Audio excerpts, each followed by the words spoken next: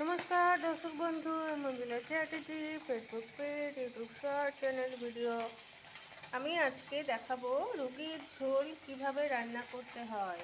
যারা জানেন তাদের জন্য নয়, যারা জানেন না তাদের জন্য।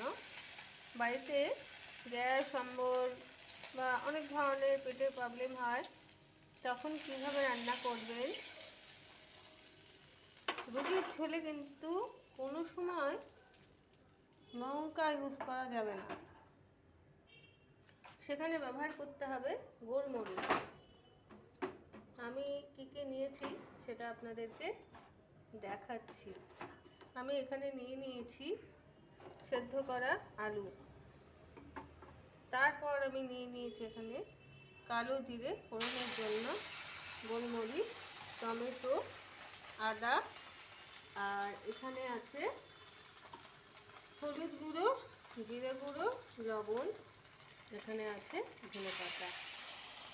মাছগুলোকে আমি ভেজে নিয়েছি।